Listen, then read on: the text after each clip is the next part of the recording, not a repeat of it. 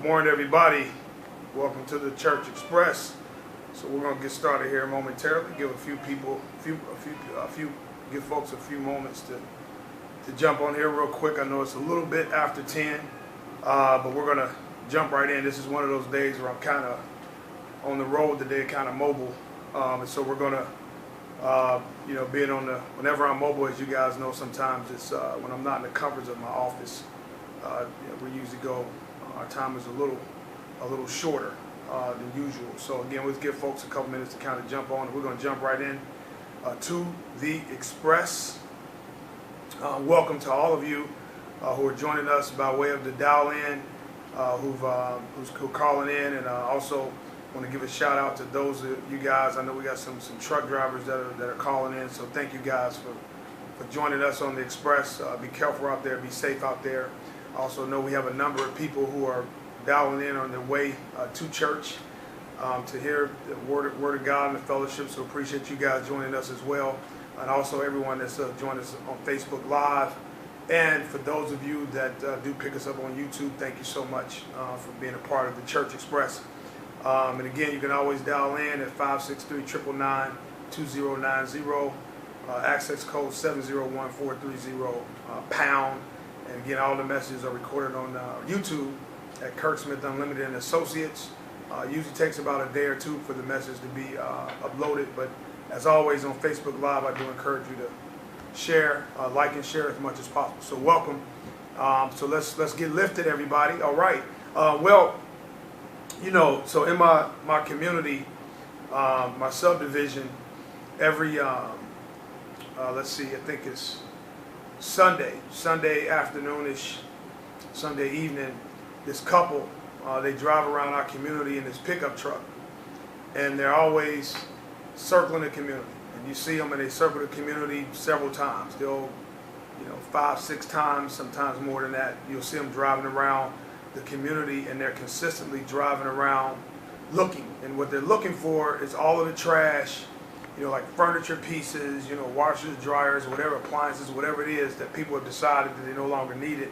So they'll put it out on the curb, and then they'll drive around and look for it. And if they see there's some value in it, they'll pick it up and haul it off and make several trips if they need to. And so I asked myself, kind of like, well, man, why would they be doing this every single week? And they keep making the rounds. And I wonder, like, are they ever disappointed? They drive around and there's nothing to pick up. There's nothing for them to use. Nothing has any value, and they just kind of do it. Or is it that they're actually somehow picking up things that they're either selling or repurposing or whatever, but there must be some value, a reason why they're doing this each and every week. And so as I started to think, I started thinking about that's kind of how it happens with us. That sometimes people kick us to the curb. Situations, they kick us to the curb, and people throw us out. They mistreat us. Whatever it is, they cut us off. Whatever the case may be, we find ourselves on the curb like that old furniture, like those old appliances just sitting out there and forgotten, and again kicked aside with all the other pieces of trash. And I don't know if any of you ever been through that. If you know what it feels like to be kicked to the curb and counted out and treated like you're nothing. And again, I don't know if any of you know. I certainly know what that feels like. And oftentimes, though, when you get kicked to the curb, it can be a blessing. Sometimes people mistreating you and casting you out and kicking you to the side can be an absolute blessing. Because here's the thing. When I think about that couple driving around in that pickup truck, they're trying to find something that, again, they can repurpose or sell, something of value. And a lot of times, there's no way God could use us. There's no way God could put us in positions to be successful until we get kicked to the curb. And see, a lot of times when you're in the house and you're hidden away and you're in the mess, in the situation around those people or that person, then God can't see you. You're not eligible, right, to be picked up because you're still in the house. You're not eligible for God to use or raise you up because you're still in the house. You're still in the mix. You're still in the midst of your fun, of your good time, or whatever it is. So God can't see you. So sometimes getting kicked to the curb gives you the visibility that you need for God to see you. And at that point, you become eligible for him to pick you up, to repurpose you, to see your real value, to put you in another situation. Who knows? That old bookshelf that was, put out on the curb, who knows that that bookshelf was picked up, refurbished, and placed in a mansion. So someone kicked you out of an apartment, old bookshelf. You got picked up, refurbished and repurposed, and now you're sitting in a mansion in a much better place. And oftentimes that's how it works with God, is that people will cast us out. And like when you think about a movie cast, right? And then if they want to get rid of a certain character, the character dies off, or they write him out the script somehow, you're no longer part of that movie or that TV show. So they cast you out, right? You're an outcast, right? And so sometimes what happens is that we don't realize it, but God is writing us out of scripts to certain movies, certain outcomes. We're headed in the wrong path and we don't believe it or see it. And sometimes we need to be forced out, right? So God can raise us up. Sometimes you got to be pushed out so God can see you and use you. And so I guess the shorter what I'm saying is this: being kicked to the curb is not always a bad thing. Somebody counting you out or mistreating you, right? Or saying they want nothing else to do with you, or using you, whatever it is, sometimes that can be a good thing. That can be a blessing, because it's hard for us to recognize that our real value and our real purpose and what God has called us to do in the midst of the situation. But sometimes your difficulty and being set aside sets you up for short and long-term success. And many people will tell you they would not be where they are in life, have the success that they had they not been kicked to the curb, had they not been cast out, had they not been pushed aside and placed outside with the rest of the trash. And a lot of times, like that pickup truck and that couple that drives around, they won't know that you're even eligible to be picked up if they don't see you on the curb. And look at that. Let's look at that the same way when it comes to walking with God and God using us. He can't use us because he can't see us. He can't use us because we're not eligible to be used in the midst of our current situation. And what happens is we get intoxicated and we get hypnotized and we get tricked into believing because things smell a certain way or they look a certain way or we have a certain feeling. We get tricked into believing that somehow everything's okay, that this is the right thing. But in many cases, man, it could be the devil in disguise. Everything that glitters is not gold. And sometimes we can be surrounded by darkness and no idea that's the case. Unless, again, something happens that opens our minds up. Or a situation, and for many of us, it's too late when that happens. But I thank God for the many times when people betrayed me. That's right, I said it. I thank God for the times when people set me up and people tried to hurt me and cast me out and tried to bully me and said I was nothing and whatever, and hoped for, prayed for even. My downfall, my destruction, my failure. They were looking forward to me losing out for whatever reason. I thank God for those people because it's those people that help set me up to know what it's really like to walk in the full strength and the full power of God, to lean not into my own understanding, but in all my ways acknowledge him, to understand that in my weaknesses, his strength is made perfect, to recognize that it's not about Kirk, it's not about my ability, it's not about how strong or how great I am. It's in him I live and move and have my being. Because of him, I'm who I am and where I am. He's taught me how to understand that everybody that seems successful around you are not good. Just because someone has some success, that does not mean that they're good. You have some people who are bad, who are not very good at anything, but they're successful. But just because you're successful don't make you good. See, what I want to know what it's like to be good and successful. There's some very bad people that have some success. That's true. Well, you can keep your success. I want to be a good person. I want to be a better person. I want to be a more determined person. I want to be a more committed person. I want to understand my purpose in this life. So when difficulties come, and they will for all of us, I can hold on to my purpose to help me recognize the reason God put me on this earth. And as many of you heard me mention before, it's like riding a bicycle with no hands, right? When I was a kid, we used to do that. And it was much easier to ride with no hands on a banana seat. For those of you who don't know, a banana seat is an elongated seat on a bike. I don't even know if they even make banana seats anymore. But I can remember riding with no hands on my banana seat bike. But when the road got bumpy, I grabbed my handlebar so I could steady the bicycle so I wouldn't fall. And see, that's what your purpose is. So your purpose is something you can hold on to when things get difficult, to straighten things out, to steady the ship.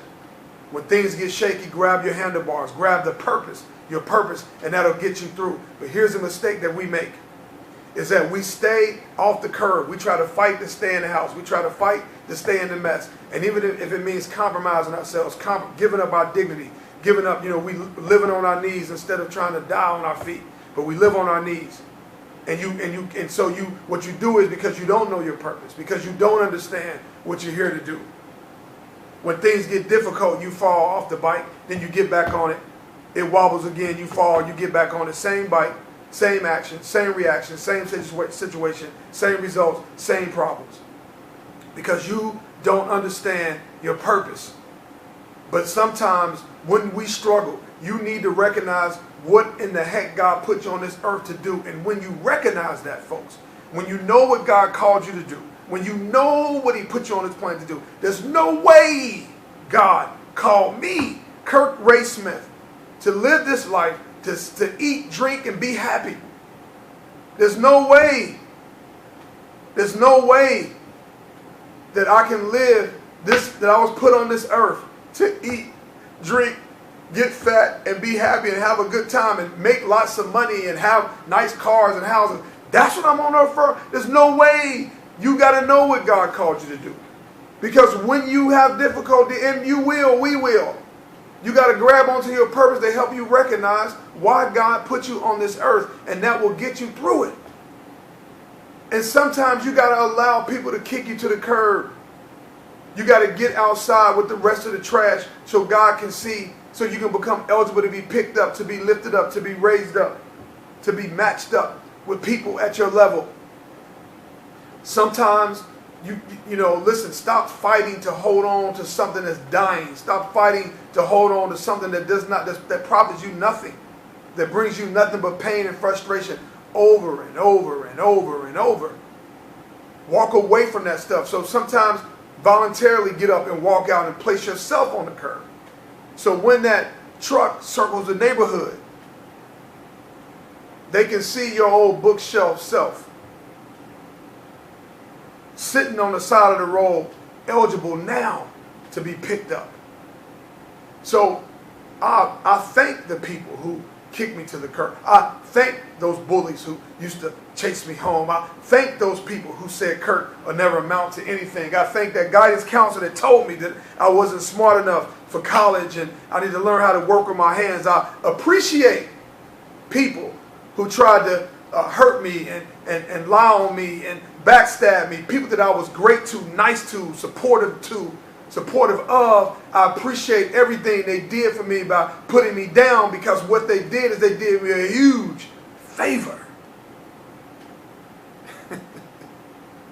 By putting me on the curb or near the dumpster. To put me near the dumpster, to be thrown away, you did me a favor by putting me out of that situation. Now, I didn't like the smell by the dumpster. Don't get me wrong. I didn't like being around like real trash, because that wasn't cool. But the reality is, I could deal with momentary pain, momentary frustration to get to where I need to be long term. And sometimes, folks, we got to go through that loneliness, that abandonment, feeling like you're forgotten, feeling like you're casted out, feeling like you're nothing, whatever it is. Sometimes we need that to get to where God has called us to be, because it's then and only then that we recognize the power of God and what he's called us to do. Let me tell you something. And listen, y'all can post on, y'all can comment if you want, throw it up on Facebook, whatever you got to do, wherever you are. And you let me know if I'm right or wrong. We, people, usually have no interest in anything you have to say unless you've been through something. We only want to hear from people that's been through difficulty, that had pain. Listen, we are not interested in no success story about how perfect your life was. We're only drawn to people with a story. with a testimony, who's been through something, who had to overcome, who had to deal with challenges, who turns nothing into something. People who were dogged and put down and treated like dirt, only to rise and be swans and beautiful flowers and all of this. See, we have no interest in listening to anyone that has no struggle. Am I right or wrong? What draws us is folks who have survived difficulty.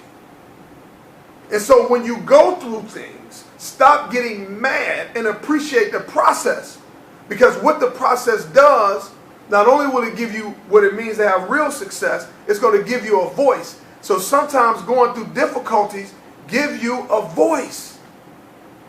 Now we want to hear from you because you have difficulty. Again, for those of you who know me and you listen to me, do I sound like a guy that's been through nothing?